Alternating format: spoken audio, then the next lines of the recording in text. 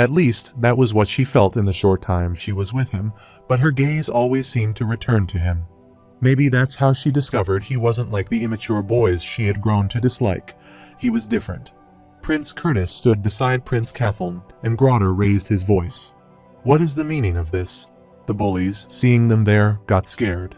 Jamiel fearfully asks Princess Caudle and Prince Curtis, who bow before them. Jamil, bowing before them, says they are majesties. He and his friends were enjoying their time conversing when that barbaric peasant started beating them up for no reason. Here's Elijah angrily raised his voice, asking what he was. As he was about to complete his sentence, Jamal's head was down, injured, and they had been wronged. Holding that injured boy, Elijah gets speechless, while Princess Caudle looks toward that injured boy, thinking that doesn't explain how the dwarf got so injured. Looking toward those bullies, Prince Curtis raises his voice, asking if it is accurate, and Princess Caudle stands beside him, thinking, don't just unthinkingly listen to their words, idiot brother. Arthur stands before them and says, what a joke. Here's Curtis looks toward Arthur and grits his teeth. While the two bully boys bowing, they look toward each other, thinking, did he call the Prince of Sapin a joke? Jamiel's head down smiles, and Grotter angrily grabs Arthur's shoulder from behind, asking how dare he speak so casually to the Prince of Sapin. Arthur grabs Grotter's hand, turns, looks toward him with glowing eyes, and apologizes. His speech tends to turn crass when he hears bullshit. Grotter's hand trembles, and he makes a fist of his hand, and looking toward his hand, which Arthur garb, he thinks, how is such a small boy so strong? Meanwhile, Vincent comes between them and releases Grotter's hand, saying, please excuse his nephew. Then Vincent, looking toward Curtis and Grotter, explains what he meant to say, that the boys are lying over the ones. Prince Curtis, looking toward Vincent, surprisingly asks Mr. Vincent Helstia what he is doing there. Vincent, putting their hand on that injured boy's shoulder, answered they were on their way to the announcement in the plaza when they came across this group of hooligans bullying this poor boy. Meanwhile, the boy's blood riches and thuds down.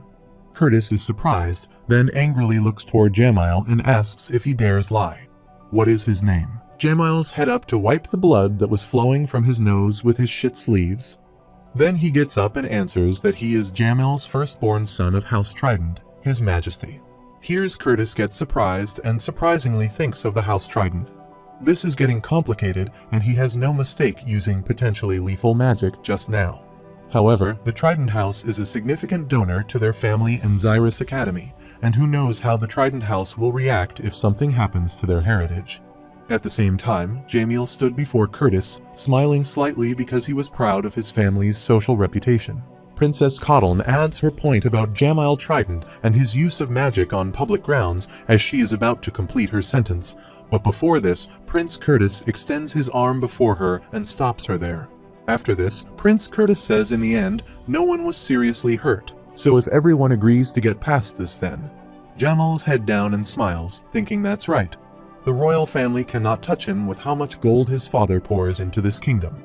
Jamiel heads down there and gets surprised when Arthur asks Uncle Vincent if he has a two-way communication scroll on his right. Vincent gives Arthur that communication scroll, asking him to do it, but what is he? While Curtis stands there, he surprisingly turns and looks toward them. Arthur communicates with Cynthia Goodsky and sees Jamiel angrily looking toward Arthur, thinking, fool, how dare he call the director of Xyrus Academy herself. However, Cynthia Goodsky, on video call, asks Vincent if he knows she doesn't appreciate Sudden as she is about to complete her sentence. Arthur answers, Arthur Lewin. As she learns it's Arthur, she excitedly says she is so happy to hear from him. It's been so long. Everyone there gets surprised, thinking, what is this sudden change in Cynthia Goodsky's tone? Arthur turns his head and, looking toward Jamiel, says he needs her to expel a boy named Jamiel Trident and his group of friends from her academy for racial bullying and the use of lethal magic in the city. She hears Jamiel flinch and his friends get scared. In response, Cynthia answers to hold on. Then she asks, what's this all of a sudden? Wait, did he say Jamiel Trident? After this, she says she doesn't think it. Then she stops there and hears Jamiel smile, thinking that's right, even if that peasant is close to their director. There is no way she would side with him, considering how much his family has given her school. Arthur asks her if she still wants him to attend her academy, and Cynthia answers while Curtis stands behind. She sees this and is surprised. Cynthia thumbs up, answering Arthur. They are expelled and see all the bullies get surprised and shout, while Vincent and Sylvia smile. After some time, all the bullies get separated from each other. Jamil sits beside her, and her mother contacts him on a communication scroll. Her mother was yelling at him, asking why she got a call from Xyrus Academy saying he was expelled. Explains himself now while Jamil fearfully answers her mother and listens to him. Also, they took that injured boy to the hospital in a carriage, and Elijah stood beside was watching them. After this, Curtis comes to Arthur with Gordur, asking him to apologize for his behavior earlier. It was unbecoming for a prince to be swayed so easily. Arthur, bandaging his hand, looks toward him and smiles, answers he apologizes for earlier as well. His emotions got the better of him. Curtis turns and closes his eyes, saying he has every right to be House Trident or not. He is glad those students won't be at Xyrus, and there is no room for racism in this continent. Arthur nodded as they talked while Princess Cotton, sitting in the carriage, watched them through the window. Curtis steps into the carriage, saying what a headache. Then he sits on the seat, closing his eyes, saying he vaguely remembers feeling this way when they first met, but that Arthur's kid is a pretty stranger. While Princess Cotton is looking toward Arthur through the window, she doesn't respond to him and sees Curtis looking toward her and asks if he is a good kid, but still is, she is ignoring him again. Then Curtis's eyes fall on Arthur, who stands outside, and he understands that Cotton is looking toward him. Moreover, Princess Cotton, standing in the carriage and looking out the window, calls Arthur. In contrast, Arthur stood his back to the carriage and stepped toward the announcement hall with Elijah, Sylvia, and Vincent. Arthur stopped there and turned to listen to her, and she stood in, asking if he would like to have some tea together sometime. They both look at each other. Arthur answers yes and hears her squeeze her hand with the window slide, then looks toward him and says she will see him at school. Also, her hair was flying, the weather changed, and the flowers appeared around them. Arthur looks toward her and smiles, then puts a hand on his heart, head down, and closes his eyes. While Vincent, Elijah, and Sylvia behind him are surprised, Arthur turns while Prince Cotton sits in the carriage seat, squeezing her leg with her hand. The carriage started to leave while she was sitting there and was still looking through the window toward Arthur. See Curtis shake Grodder, asking what that was. Is that his cold, heartless sister? While Cotton sits in the carriage looking toward Arthur, leaving, he thinks he is different. Arthur, with his companion, steps from there, and on the way, Elijah tells him, man, if he could use magic, he would have pounded them to the floor. Vincent adds his point in the conversation, his blood pressure, and then the three move from talking. However, they arrived at the announcement area, and a massive crowd of people clamoring there. Arthur, with his family members, steps ahead. While on the way, Ellie feels something strange with Elijah. She points toward his cheek to ask why his cheek is all puffy. Elijah gets surprised, putting his hand on his cheek, asking well about that.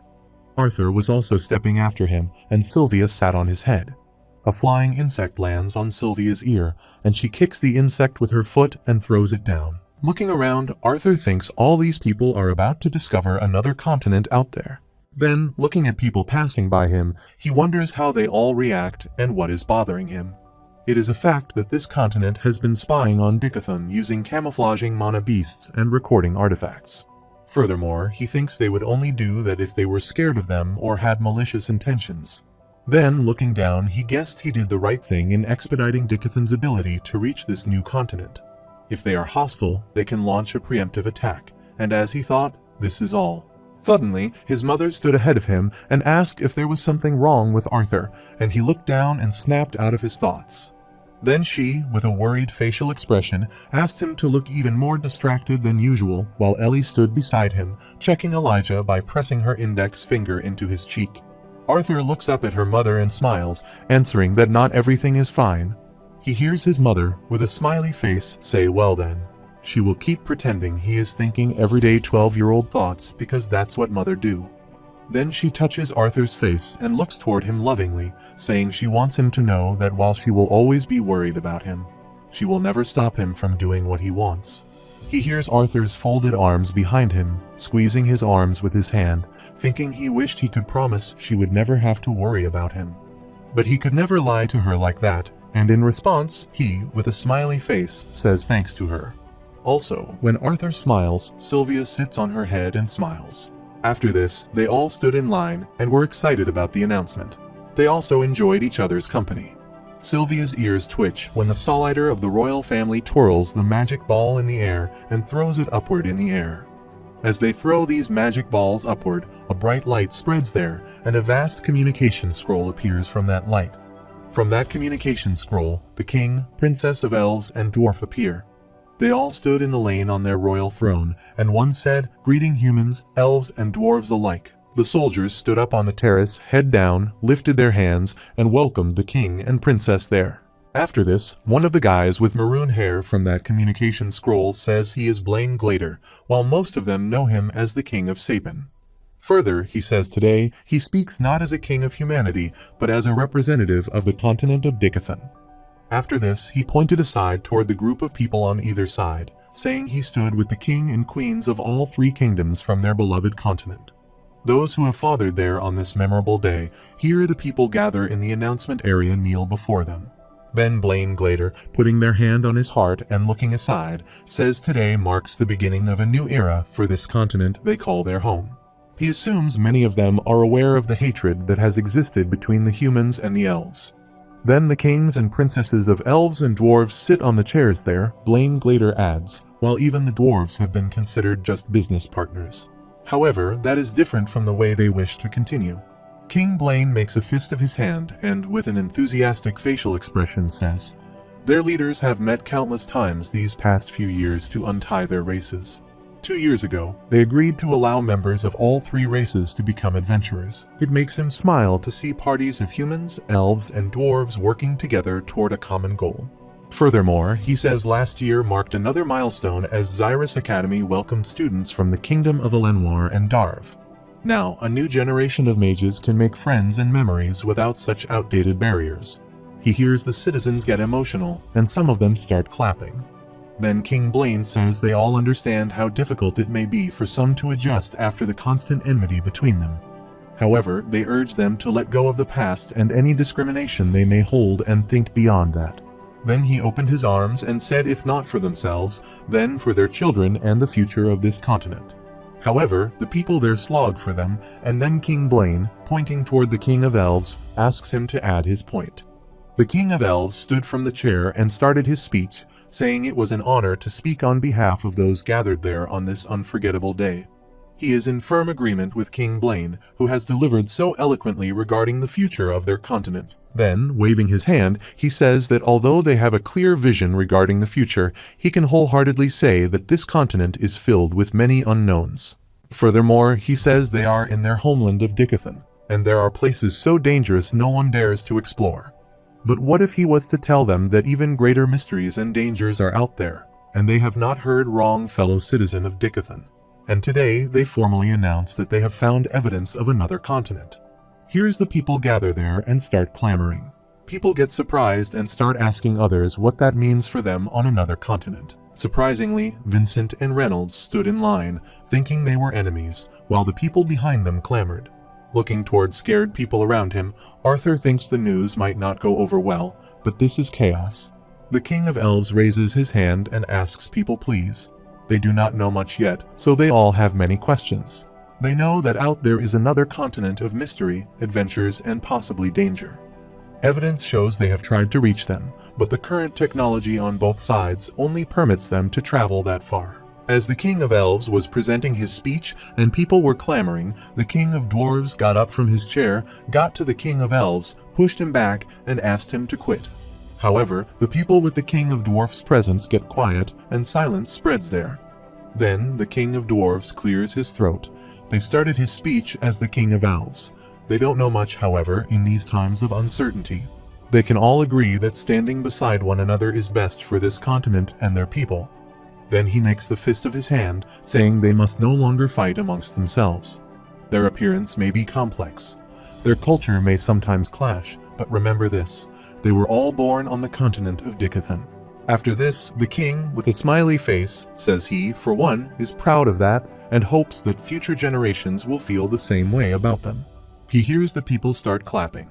Arthur and Elijah stand beside him, excitedly clapping.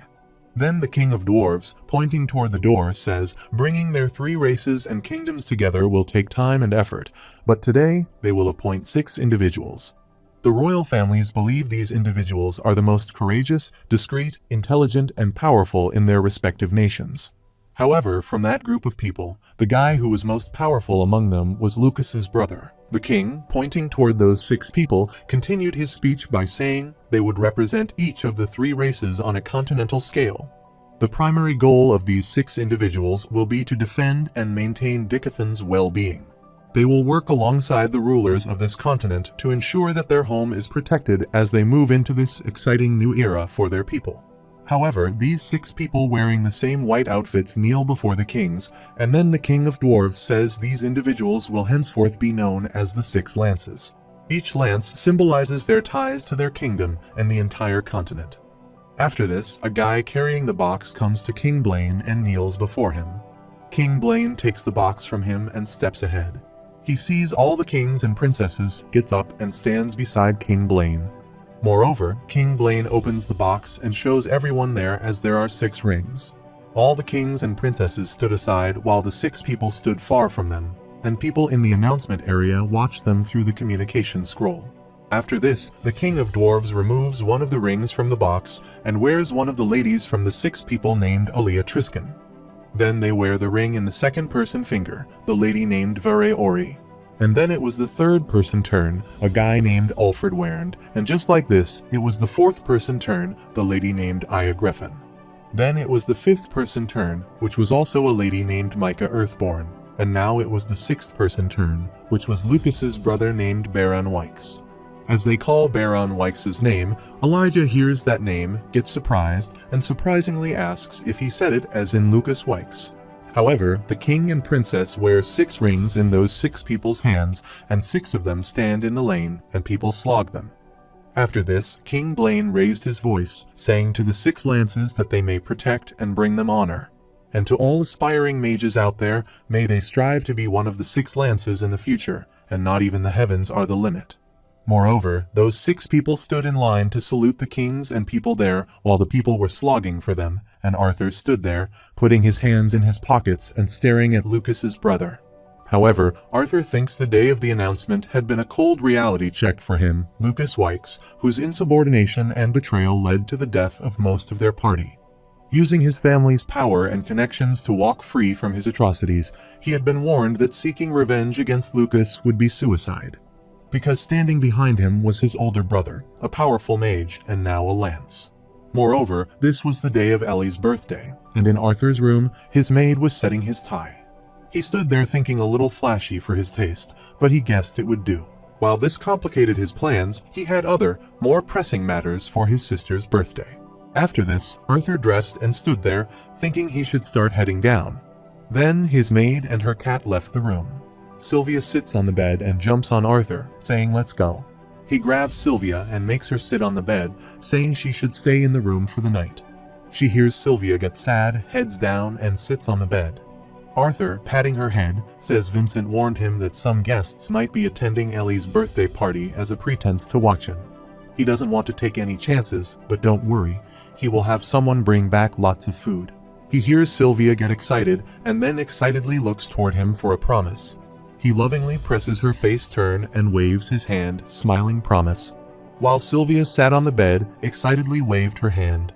However, this was nighttime and preparation for Ellie's birthday was done. The guests got out of their carriages and entered the home. Arthur stood at the door to welcome the guests, a family consisting of 3 people, a man, his wife, and his daughter. They entered the home, and Arthur welcomed them, and putting a hand on his heart, he asks them to enter the house. After stepping ahead, the lady asks her daughter to ask Arthur for a dance later. Surprisingly, the girl called her mother's name, and Arthur stood there, turning his head to look toward Elijah. They stood beside the wall holding a wine glass with a girl. He looked toward that girl, answering her yes, he was attending Xyrus Academy soon. While talking to her, he winked, saying they could grab some lunch together. Meanwhile, his wine glass slipped from his hand and fell on his shirt. He sees the girl, gets surprised, then steps backwards to him and laughs. While Elijah looks toward his shirt and grits his teeth, he turns and looks toward Arthur. As Elijah turned his head, Arthur smiled and turned his head toward the door while he was looking at him before. Elijah stood behind, looking toward him angrily. Don't act like he didn't see anything. Meanwhile, Arthur's father stands on the stairs waving his hands, announcing they are coming. Everyone got ready. The people there for the birthday party get ready and stand aside to welcome Ellie. However, Ellie stepped down the stairs wearing an exquisite white dress with her mother. Her mother blindfolded her and took her down for that surprise. Ellie, stepping down the stairs, asks her mother if she thought they were having a family party. Then she asks why she needs to wear this uncomfortable dress while her mother, putting her hand on her eyes, asks her to step slowly. After this, her mother uncovers her eyes, answering this is why Ellie winks and looks around. Meanwhile, they popped the party popper and welcomed her. Ellie's family and friends stood before her to wish her birthday, and she got incredibly excited. However, they arranged different magic performances and music performances at that party. As everyone there was enjoying the party, Ellie's father clapped the wine glass with the spoon to get everyone's attention. While having their meal, everyone turns their head and looks toward Reynolds. Furthermore, Reynolds says before the next portion of the party begins, he would like to thank everyone there. He has been blessed with so much on behalf of his precious daughter for coming to celebrate her birthday.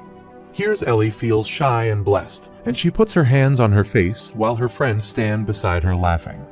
Then her father, waving his hand in which he holds a wine glass and spoon, says, but there would be no greater joy than to have his beloved son and daughter partake in the first dance. Ellie is surprised and surprisingly looks toward her mother. Vincent's wife stood beside Arthur's mother, whispering in her ear, asking if she didn't know Ellie and Arthur were supposed to dance and if they practiced at all. Arthur's mother looks toward her husband angrily, thinks she will kill him, and answers her not at all. After this, with a sad face, Ellie comes to her mother, asking her what they do. She can't dance with her mother, with a tragic face, and closes her eyes. Meanwhile, Arthur extends his hand toward his sister, calling her name. She surprisingly looks toward her brother. Arthur looks toward her and asks if she will honor him with her hand for a dance.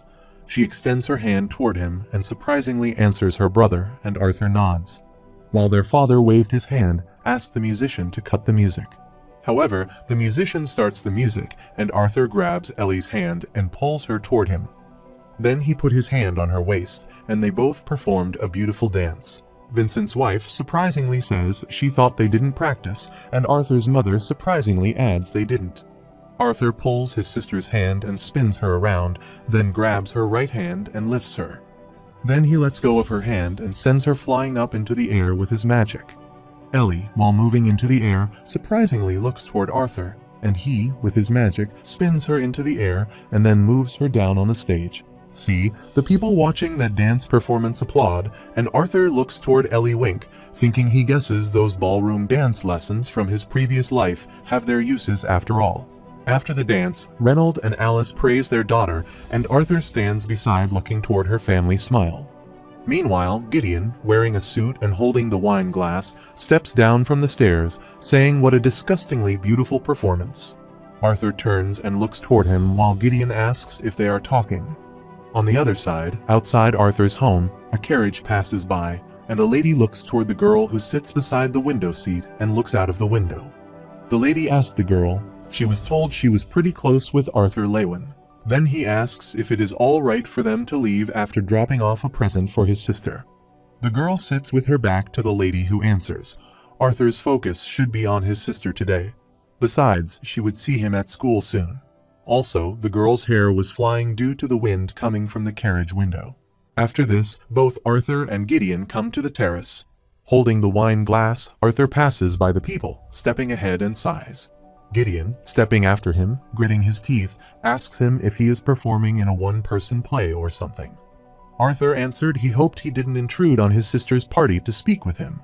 Surprisingly, looking toward Arthur, Gideon says he also brought her a gift. Also, the ladies stood there, turned their heads, and impressively looked toward Arthur. However, Arthur turns, answering fine, then he asks to what pleasure he owes a visit from the #1 artificer of Dickathan. He hears Gideon surprisingly answers. He can taste the sarcasm in his words. Angrily looking toward Arthur, Gideon says he just thought he might like to know that the council has approved the design. He has refined his blueprint, and it's undergoing construction right now. The council was what the kings and queens of Dickathan now referred to as abandoning the monarchy they possessed over the 3 kingdoms. Here's Arthur stood ahead and responded congratulations. He is sure he was rewarded handsomely for that. Also, the people standing behind them, pointing toward Gideon, were laughing.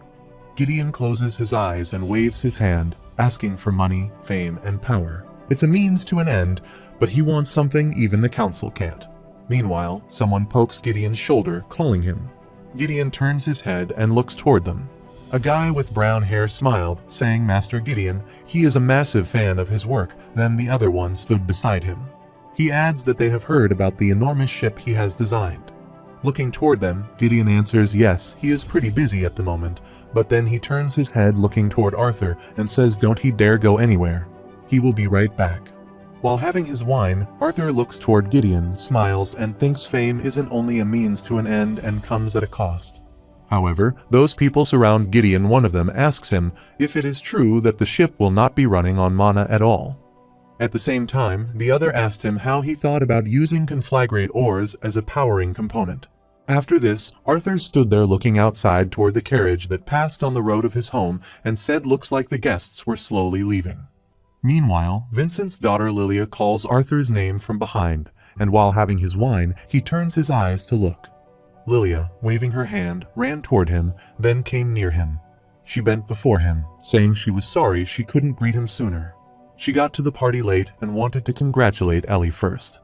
Arthur put his wind glass on the wall, stepped toward her, slightly bent, and held her hand, answering, "It okay." Her parents have been bragging to him about how busy she has been as the student council secretary. Then Arthur, looking toward her, holding her hand, says, "Putting that aside, though it's been a while, Lilia." She looked toward Arthur and smiled, responding, "Yes, it's been a while then," with a surprised face. She thought he had always been this much taller than her. After this, they lean against the terrace wall, laugh, and talk. As they both enjoyed their time together, Arthur, looking toward her, says it seems like the little girl who used to hide from her parents and eat with the maids and butlers has all grown up. Now here's Lilia surprisingly ask. She showed him her precious hideout, and he still makes fun of her. Arthur looks toward her and smiles, answering, "It is hard not to point out how, after stressing out about her future, she is now doing so well in the most prestigious mage academy." In Dickathon hears her pout and silently looks toward him. Arthur points toward two boys who stand beside Arthur, laughing and talking. He says, and from the number of boys that have given her soulful stares throughout their conversation, she must be pretty popular as well. Lilia surprisingly shouted, asking what that was. She didn't even have a boyfriend or anything. She then looks aside emotionally and says everything that's changed in her life is thanks to him. Arthur is surprised and remains silent after a while. He asks if that's the case, then he lifts the wine glass, smiles, and winks, saying that he would better approve of whichever boy she brings home. He won't be any easier to please than Uncle Vincent. Hears Lilia looking toward him, remaining silent, then she turns her head and, looking down, responds sure. Meanwhile, Gideon gets there, clearing his throat and looking toward Lilia. He says sorry. Young Lady Lilia remains silent while Arthur surprisingly looks toward him. After this, Gideon, holding the wine glass, asks does she minds if he borrows this boy. Lilia grits her teeth and bends before him, saying, "Master Gideon, all right?" She then looks toward Arthur and says she will see him later. Then Lilia ran away from there and left, and Gideon stood beside Arthur, looking toward him, asked if he told him everyone knew him. Arthur responds to him to humble himself, and Gideon tells him he is pretty popular with the ladies, though that girl just now seems to have a crush on him. Having the wine, Arthur answers he knows, then Gideon asks him with a surprised face. They two get along, he will not do anything about it. Arthur answers she is someone whose life has been changed by him. He then, looking aside, says her feelings toward him aren't like love, but something more akin to gratitude. Then Arthur shakes the wine glass, saying she doesn't know that now, but he is sure she will be able to distinguish in the future. What she feels now is an infatuation that a damsel might have toward a hero. Here's Gideon says his maturity in these sorts of situations is nauseating. Arthur responds, asking regardless. He is sure he is not there to give him love advice. What else did he want to discuss? In his mind, Gideon abuses Arthur, then grits his teeth and answers yes, as he was about to say earlier. Then he squeezes his eyes, saying he wants to use the money, fame, and power the council has bestowed upon him to get something he can't get elsewhere. Then, looking toward Arthur, he says his knowledge. Arthur twirled the wine glass and responded he had already had some second thoughts after giving him the blueprints for the steam engine. He wants to keep how the world works as much as he already has.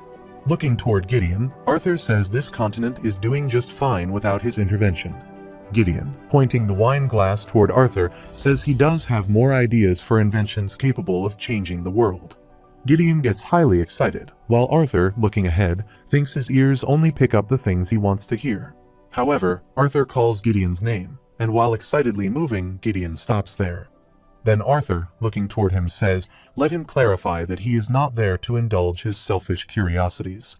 He hears Gideon's wine glass slip from his hand, and he shockingly answers well that sobered the hell out of him. Then Gideon, extending his right hand toward Arthur and putting his left hand on his cheek, asks if that's the case. How about a give and take?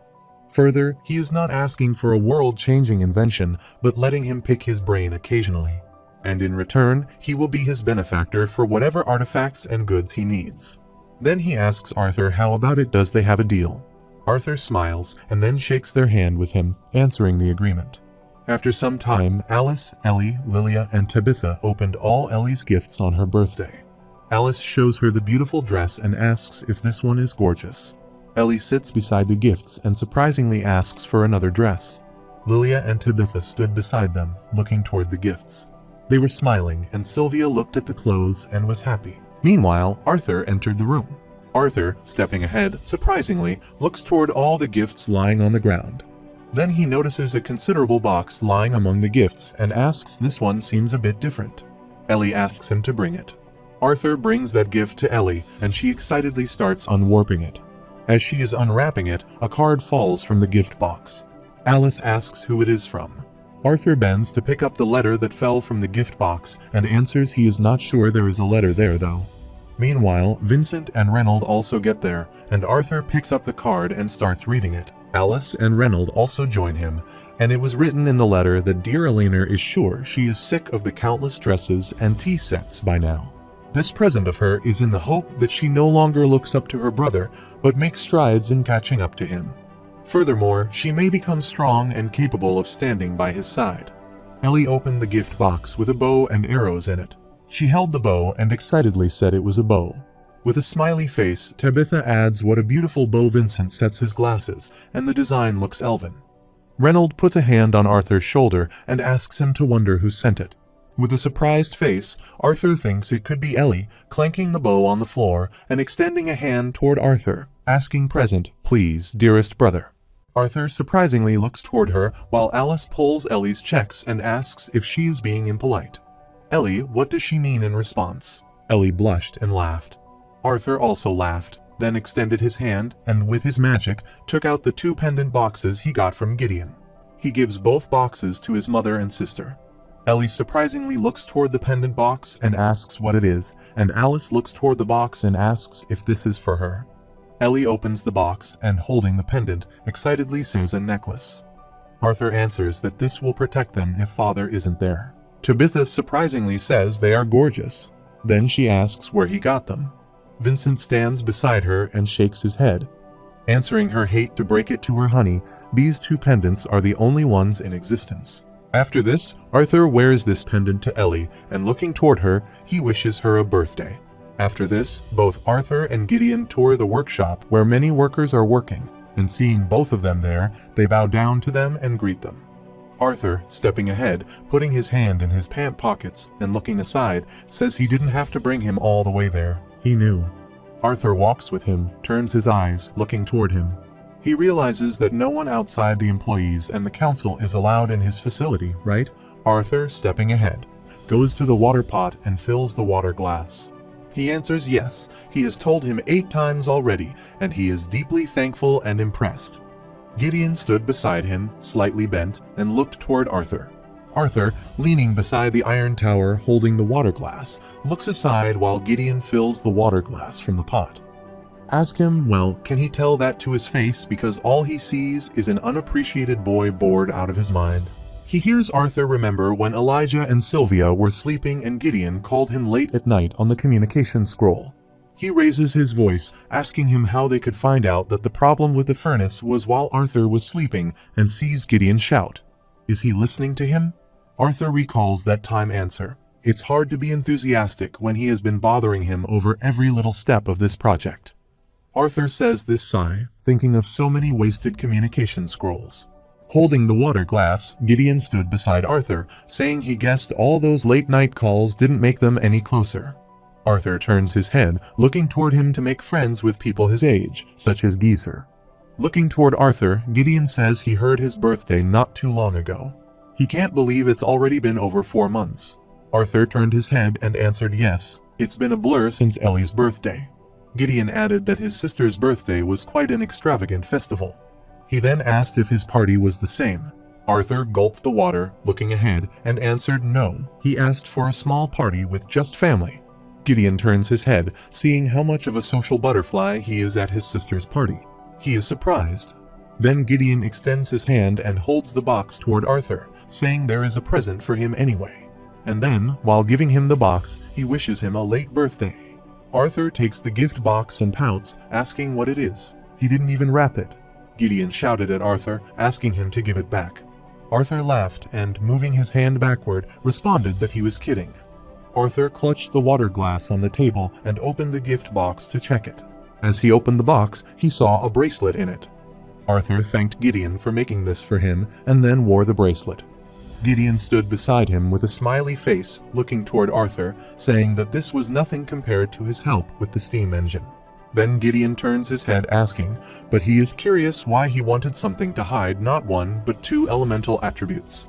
Gideon gulps the water, and don't tell him he is a quadra-elemental mage or something, then laughs, saying just kidding. Looking toward the bracelet, Arthur answers he is a quadra-elemental mage. He hears the water spurt from Gideon's mouth and falls on the guy passing by, holding the diary. The guy gets wet and grabs the diary tightly in his arms, while Gideon throws the napkin on his face. Then he turns his head and wipes his face with his arm, saying to Arthur that it is seriously a quadra. Gideon squeezes his eyes, saying that waiting for the fact that he wanted that bracelet means he will hide half of his attributes. Then Gideon, pointing toward his face, asks why and tells him Arthur twirls his hand in which he wears the bracelet. And Wink, answering because the more he knows how special he is, the more free stuff he can get. He hears Gideon add the crazy boy, then Gideon turns his head and closes his eyes, telling him world-defying news. Then, pointing toward Arthur, Gideon smiles, saying he will want some proof eventually. Arthur smiles, responding happily. Then he turns and looks toward the ship. But it is impressive how fast this ship is getting built. Gideon smiled, answering yes by the time he prances merrily to his first day of school in a few days, and the Dicathias will set sail. After this, Arthur was on his way returning home. While on the way, he thought the old geezer did work fast. He could organize and build an entire steam engine ship in months. He can only afford to train half-heartedly if this new continent is friendly. Then Arthur, looking toward the bracelet, thinks that with the artifact Gideon gave him, he should try and work to get his wind and earth attributes of magic closer to his fire and water magic. Meanwhile, Arthur bumped into someone, rubbed his head, looked at the guy, and apologized. He was a bit lost. As Arthur was about to complete his sentence, the guy abused Arthur angrily. Looking toward Arthur, he grits his teeth, asking if his eyes were stashed in his crotch and something. Also, 2 girls stood on either side of that guy. One told him to let the kid go, and the other said yes, she thought he had had too many drinks. Looking toward that guy, Arthur asks why he keeps running into these lowlife extras. Then, that guy looking toward Arthur grits his teeth, saying it would be wrong of him as a professor to let such an undisciplined boy off the hook since his parents raised him so poorly. He should step up and teach him some life lessons. Arthur silently passes by him and sees the guy bend behind him saying, "Long hair. Lesson 1 is that a true man should have short hair and muscles like him." Then he steps and gets ahead of Arthur, twirls, and moves the round rod before him, saying Lesson 2 when he apologizes to someone of his caliber. However, that guy grabs Arthur's head and presses it, saying he should do it on his knees. The guy presses Arthur's head, and this does not affect Arthur. See, he gets surprised, thinking, why isn't he going down? Arthur angrily speaks, saying on account of his intoxication, he is willing to let this go, but he suggests he get his hand off him. Suddenly, that guy moved backward. As he was about to fall, his mistresses held him from his waist. He angrily looks toward Arthur and grits his teeth. Then he holds both his hands on his mistress's shoulder and they both grab him. Arthur closed his eyes and stepped ahead. The guy stood behind, angrily looking toward Arthur, asked he dared speak to a professor of Xyrus Academy like that. Arthur stops there. The guy smiles, saying it looks like he is familiar with magic, but if he is a student at his school and sees him, he better hide. Then he pointed toward Arthur's left, saying he could beat some discipline into him over there. Arthur stood his back to him, ponytailed his hair, then threw a pendant on the ground and smiled in answer. He looked forward to it, the pendant thuds on the ground. See the guy. One of the mistresses asks if it isn't his pendant. The guy was shocked, and then his second mistress surprisingly said there was no way she didn't even see him. The guy looked toward Arthur, going from there, thinking, when did he? However, Arthur arrives at his home. He opens the main door. As soon he opens the door, Sylvia and Ellie, wearing bows, excitedly jump toward him. But before they can jump, Arthur uses his wind magic to control both of them and swing them in the air, saying he is home. With his magic, Arthur swings them both in the air and steps ahead, asking where his mother and father are. Sylvia, flying in the air, gets angry with Arthur while Ellie pouts, saying no fair. After this, Ellie tells him they are in the living room with Elijah and get a package from Xyrus Academy. However, Ellie excitedly held Arthur's hand and took him to the living room. Everyone surrounded Elijah, and he stood there holding the package. Elijah, showing that package to Arthur, excitedly says to check it out. They got their uniform. Reynolds stood beside Elijah, adding that he was home. Also, Lilia and Tabitha stood beside Elijah. Alice gave Arthur his package, and Ellie held Arthur back. On that package was written "Welcome to Xyrus Academy." Looking toward that package, Arthur thinks of going from an orphan to a king to a baby, and then to an adventurer. He will finally be a student, and then question how much more this world will teach him. Elijah and Ellie were excitedly looking toward Elijah's package, and many more people were waiting for him in Xyrus Academy, including Lucas and Princess Cathal, and the girl who was outside Arthur's home in a carriage at Ellie's birthday. She holds the photo frame in which she and Arthur's childhood and a man's picture. However, looking toward that picture, she smiles, and on the other side, Arthur also looks toward that package.